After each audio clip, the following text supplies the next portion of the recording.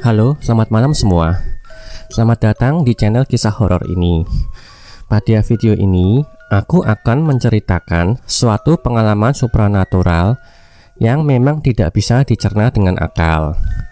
Seperti biasa, cerita ini berdasarkan pengalaman nyata, namun unsur tempat dan sebagian namanya saya samarkan karena memang tidak boleh digamblangkan demi menghargai privasi.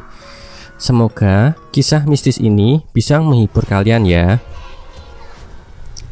Di cerita kali ini memang tidak jauh dari tempat kos angker ini. Dan yang menjadi korban gangguan supranatural ya tidak lain tidak bukan adalah narasumber kami yang menjadi subjek utama cerita di playlist Tinggal di Kos Horor ini.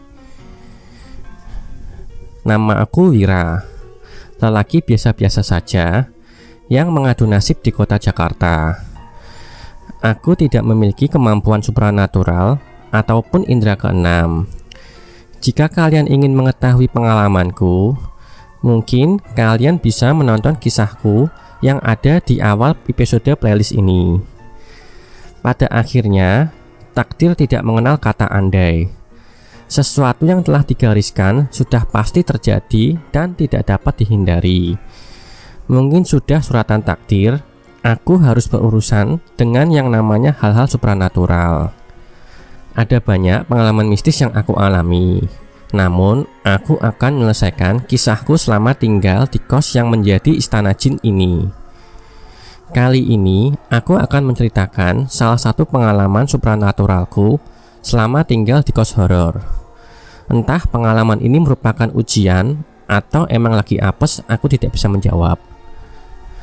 Entah setan yang menggangguku ini berasal dari kosku yang memang angker atau dari tempat lain, aku sendiri juga susah menjawabnya. Biarlah kalian yang menilainya sendiri. Kisah ini dimulai saat aku diminta meninjau proyek pembangunan kantor baru milik perusahaanku bekerja. Lokasi proyek tersebut berada di salah satu ujung kota megapolitan ini. Kawasan ini konon katanya dulu bekas rawa-rawa dan berada dekat dengan perkampungan padat penduduk yang masih kental adatnya.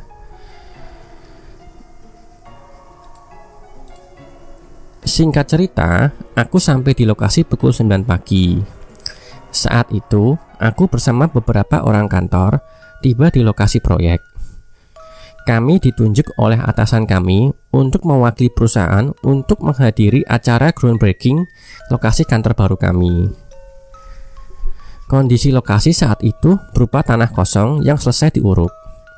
Namun, ada beberapa rumah kampung tua yang sudah dihuni.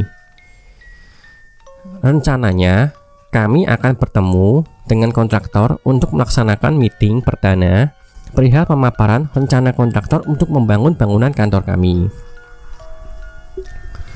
Setelah hampir menunggu 10 menit, akhirnya pimpinan proyek dari kontraktor tiba di lokasi. Kami pun memulai meeting secara singkat. Saat jam menunjukkan pukul 10 pagi, meeting pun berakhir. Kami pun diajak oleh kontraktor meninjau lokasi.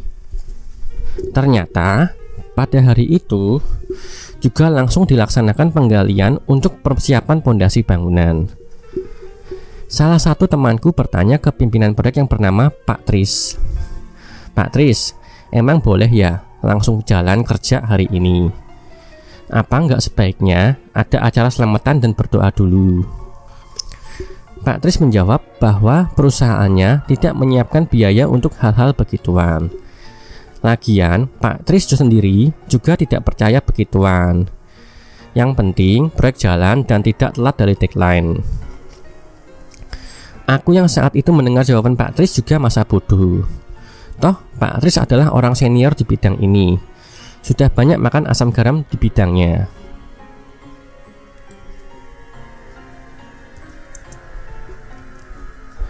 Saat sedang mengambil foto dokumentasi kondisi aktual proyek saat itu, aku melihat ke arah salah satu rumah reot yang sudah lama kosong.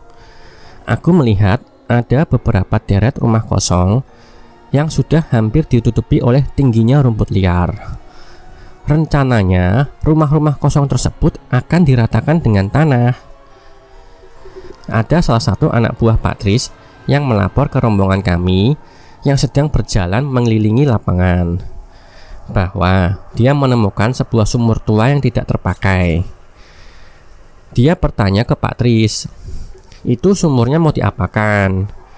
Karena dia mengusulkan kalau air sumurnya bisa dipakai untuk air untuk mandi para tukang, tinggal pasang pompa selesai. Nah, akhirnya Pak Tris meninggalkan rombongan kami dan bergegas menuju sumur tua yang dimaksud. Singkat cerita, Pak Tris memutuskan untuk menimbun sumur tersebut karena menurutnya sudah tidak bisa dipakai karena airnya sudah tercemar. Nah, temanku yang mendengar hal tersebut sempat bilang ke Pak Tris, kalau mesti hati-hati kalau mau menutup sumur, takut ntar ada apa-apa. Saat siang hari, rombongan kantorku memisahkan diri. Ada yang sibuk mengambil foto untuk dilaporkan ke bos. Ada yang ngadem di dalam kantor kontainer milik Pak Tris. Nah, aku sendiri yang bosan kala itu iseng berjalan bersama Pak Tris menuju proses perobohan rumah kosong dengan ekskavator. Nah, waktu itu ada kejadian yang menyebabkan banyak tukang berkerumun di satu titik dengan rumah kosong tersebut. Karena penasaran, aku pun menghampiri kerumunan tukang itu. Ternyata mereka sedang menutup sumur tua tersebut. Ternyata sumur tua yang dimaksud tidak seperti bayanganku. Karena sumur tua bayanganku adalah sumur tua seperti di pedesaan yang mengisi menggunakan kabel air, tali dan ember. Ternyata berupa lubang air dengan dinding setinggi lutut dan ada bekas pipa pralon dan mesin pompa yang sudah tidak terawat. Di dekat sumur tua tersebut ada sebuah pohon ceri atau cermai gitu. Aku pun bergegas meneduh di bawah pohon tersebut. Perihal ribut-ribut kerumunan tukang itu, aku tidak tahu pasti. Cuma dengar-dengar mereka menemukan sarang ular saat membabat rumput dekat sumur. Nah, pas mendekati sumur, aku yang masih belum ada pikiran aneh-aneh mendadak mencium bau busuk yang berasal dari dekat lubang sumur. Pantesan bau busuk, makanya Pak Tris gak mau pakai air sumur, pikirku. Aku yang belum berpikir aneh-aneh saat itu sempat melirik ke arah sumur sebentar, lalu meneduh di bawah pohon dekat sumur. Singkat cerita, tidak ada kejadian aneh yang aku alami selama di proyek. Hingga sorenya kami kembali ke kantor pun aku tidak merasakan apa-apa. Nah, pas malamnya saat aku akan tidur, aku bermimpi aneh. Malam itu saat aku sedang terlelap, ada suara yang membangunkan aku dari tidur. Ada suara wanita yang memanggil-manggil namaku secara manja. Lalu aku merasakan belayan tangan yang dingin melambai pahaku dan belayan itu nyaris masuk menyentuh selangkanganku. Aku terkaget-kaget akibat sentuhan tangan asing itu, langsung membuka mata. Ternyata di hadapanku ada 3 perempuan muda seksi dengan pakaian menerawang nyaris telanjang sedang tersenyum menggoda aku. Dengan tatapan mata yang nakal, mereka tersenyum ke arahku. Mereka menari-nari erotis di hadapanku dan membuat jakunku menelan ludah melihat pemandangan itu. Mereka meminta aku untuk menanggalkan pakaianku dan menghampiri mereka. Nah, saat tangan salah satu perempuan itu menyentuh tanganku, aku langsung refleks lari keluar kamar meninggalkan mereka yang terus-menerus memanggil dan menggoda aku. Nah, tak lama setelah aku lari dari keluar kamar, mendadak aku bangun dari tidur. Ternyata cuma mimpi dan jam menunjukkan pukul 3 subuh. Nah, yang aneh, sentuhan tangan perempuan tersebut masih terasa jelas dan terasa dingin di kulitku. Apa yang membuatku lari saat itu? Saat itu, aku curiga. Kok ada perempuan cantik telanjang di dalam kamarku? Aku sempat berpikir, dalam mimpiku, apa ini salah satu ulah kuntilanak di dalam kos? Makanya, aku curiga dan bergegas lari keluar kamar. Namun, mimpi tersebut aku abaikan dan aku anggap salah satu mimpi buruk yang biasa aku alami di kos. Di malam kedua ini, aku bermimpi lagi, didatangi sosok perempuan cantik berwajah oriental seperti orang Jepang dan memiliki payudara yang besar. Sosok wanita ini memakai pakaian seksi mirip lingerie. Sosok perempuan ini terus memamerkan payudaranya yang montok dan mengajak aku untuk menghampirinya.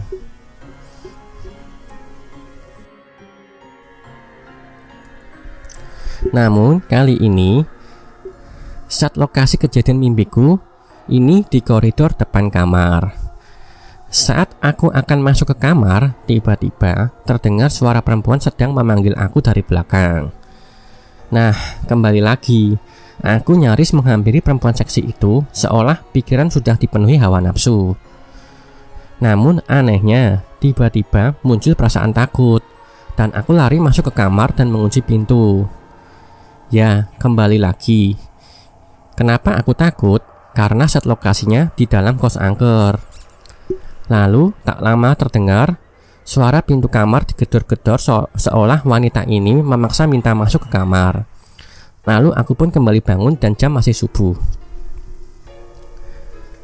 Nah, aku saat itu masih mencurigai apakah aku dimimpiin sosok kuntilanak di kos yang menyamar lagi.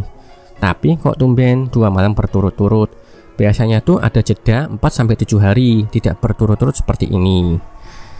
Aku selama 7 malam berturut-turut didatangi sosok wanita seksi yang anehnya tiap malam sosoknya berubah terus. Malam ketiga sosok tante-tante seksi. Malam keempat sosok wanita bule. Intinya sosok wanita yang berbeda bentuk tiap malam ini selalu mengajak aku untuk berhubungan badan. Namun anehnya aku selalu bisa menghindari dan menolak ajakan tersebut. Padahal aku bingung, kok namanya mimpi kan kita udah nggak bisa logika lagi kan? Tapi kok aku bisa menahan nafsu birahiku? Apakah ini gangguan setan semata atau ini ujian dari Tuhan, pikirku. Nah, malam ketujuh, waktu itu hari Sabtu, aku mendapat mimpi didatangi sosok wanita ini di 7 malam berturut-turut. Nah, malam ketujuh ini agak berbeda dengan malam sebelumnya. Kali ini aku bermimpi aku pulang kantor dan tiba di kosan sore hari. Nah, saat aku berjalan masuk ke kamarku, tiba-tiba ada suara wanita menghampiriku saat aku akan membalik badan untuk menutup pintu kamar.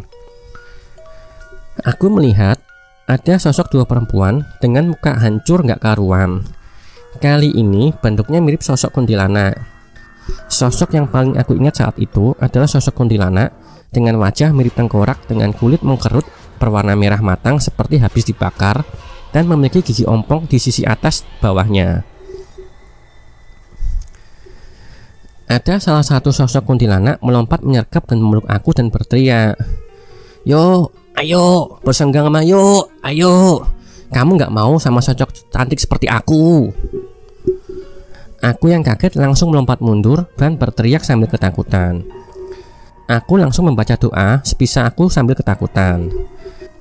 Kedua sosok ini malah tertawa melihat tingkahku dan berteriak dengan suara yang parau, "Kue ngapo le? Nyebut apa kue?" Aku yang terus memejamkan mata dan pasrah terus memanjatkan doa. Lalu tiba-tiba aku terbangun dari tidurku dan lagi-lagi subuh menjamuku. Kala itu aku sudah tidak berani tidur lagi dan berjaga hingga pagi.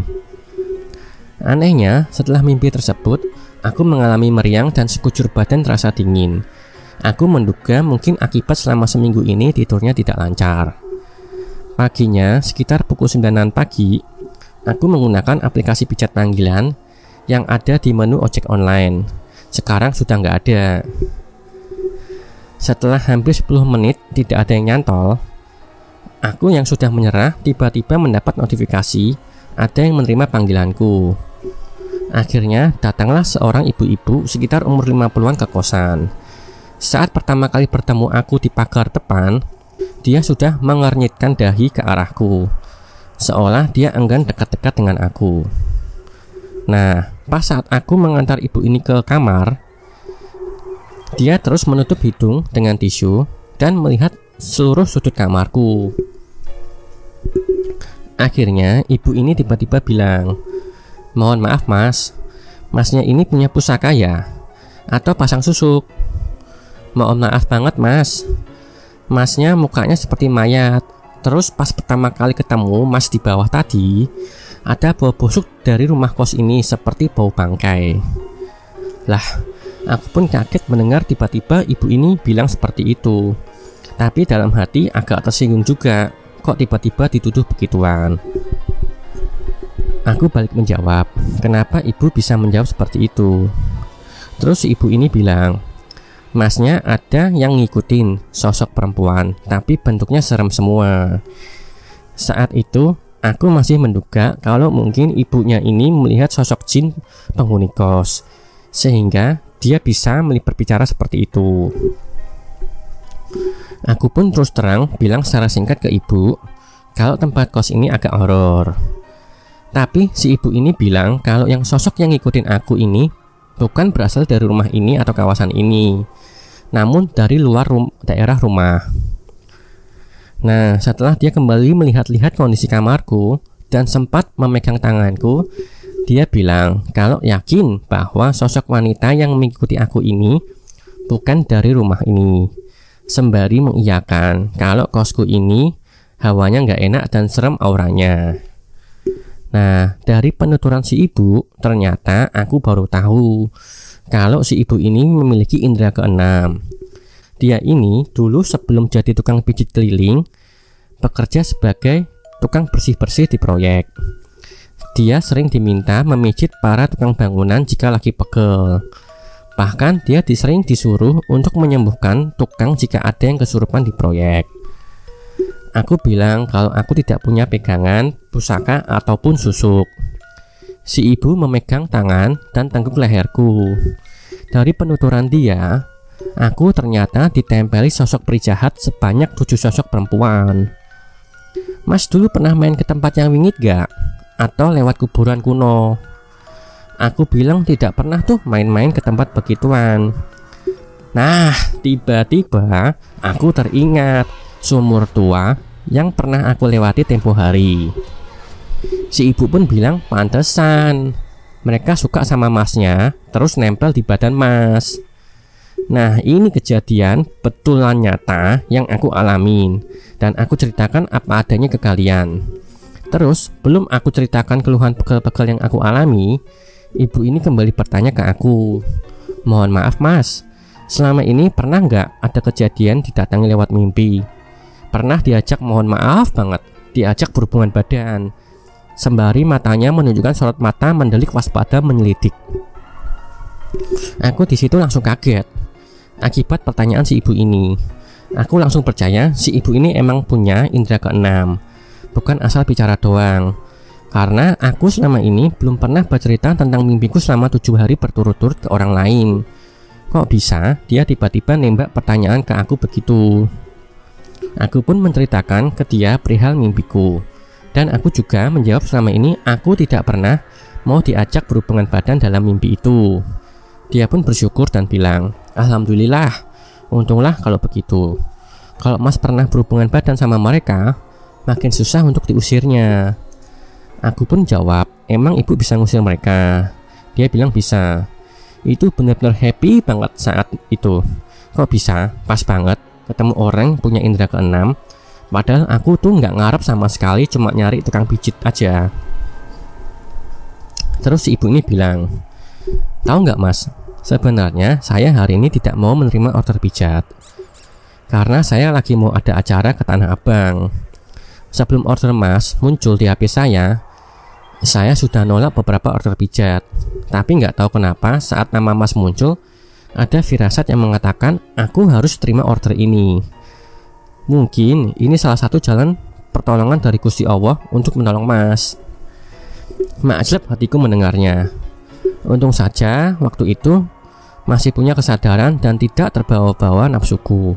Makanya aku bilang di awal cerita, entahlah ini musibah atau memang ujian dari Tuhan untuk menguji keimanan dan moralitasku.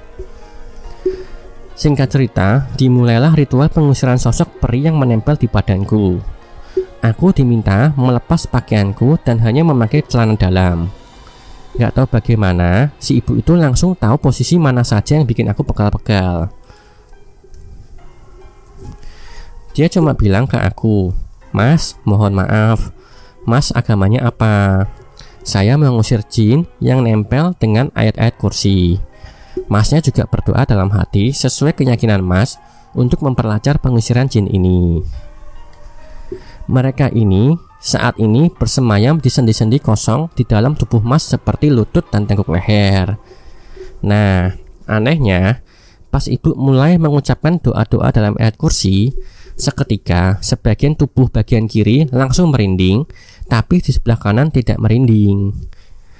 Aku pun dalam hati terus membaca doa dengan khusyuk. Saat jari tangan ibu mulai memijat lokasi yang disinyalir tempat para peri bersembunyi, sembari terus membaca ayat-ayat doa, badanku mulai semakin merinding dan sempat agak kejang otot di lokasi yang ditekan tangan si ibu. Mohon maaf, kalian jangan beranggapan akan ada adegan pengusiran seperti yang kalian saksikan di film-film, yang mana akan ada perkelahian sosok jin dengan si ibu. Sama sekali nggak ada. Karena yang aku ceritakan ini benar-benar nyata. Si ibu sempat cerita kalau dia memang berperang dengan para peri ini, tapi yang bertempur adalah sukma si ibu dengan bantuan Tuhan Yang Maha Kuasa. Hingga akhirnya si ibu meminta aku berdiri dan meminta kedua telapak tanganku menengadah ke atas. Dia lalu memegang kedua telapak tanganku sembari berkata, "Mas, semua peri udah saya usir semua, kecuali ada satu yang masih menempel. Dia ini bersembunyi di alat kelamin Mas. Ini saya kasih energi ke telapak tangan Mas." Lalu Masnya segera usapkan ke alat kelamin Mas sembari terus membaca doa. Saya juga bantu kirimkan energi ke badan Mas. Memang aneh tapi nyata, saat aku mengusap-ngusap alat kelaminku, kedua tanganku mendadak bergetar dan aku mendengar suara sayup-sayup seperti teriakan marah yang muncul dalam pikiranku. Setelah itu, si ibu memegang tengkuk leherku dan bilang ini saya kunci dan saya kasih energi supaya Masnya tidak didatangi lewat mimpi. Sekarang Mas sudah aman dan bersih. Sosok-sosok peri tersebut sudah saya usir. Nanti setelah ini Masnya segera mandi dan pergi ke tempat ibadah untuk sembahyang. Aku yang masih belum percaya kok segampang itu ngusirnya, cuma bisa iyain aja. Kelihatannya sebentar, tapi acara pengusiran ini memakan waktu hampir 1 jam. Dan emang bener, malamnya aku sama sekali nggak dimimpiin sosok wanita seram atau wanita cantik yang mengajak berhubungan badan. Sama sekali nggak ada. Aneh tapi nyata. Kok bisa? Keesokan paginya, aku pun menceritakan pengalamanku ke orang kantor. Dan ada salah satu orang kantor yang bilang kalau lokasi kantor yang baru ini, konon kata warga kampung sekitar menyebutnya rawa bidadari. Makanya aku menamakan sosok yang menempel di aku ini sosok peri. Beberapa bulan setelah kejadian ini, aku mendengar cerita dari Pak Tris. Banyak anak buahnya yang mengeluh sakit-sakitan dan bermimpi didatangi sosok perempuan cantik untuk diajak berhubungan badan. Baru deh setelah itu Pak Tris mengadakan acara selamatan. Udah telat Pak. Sekian ceritaku ini, semoga kalian terhibur dengan cerita ini.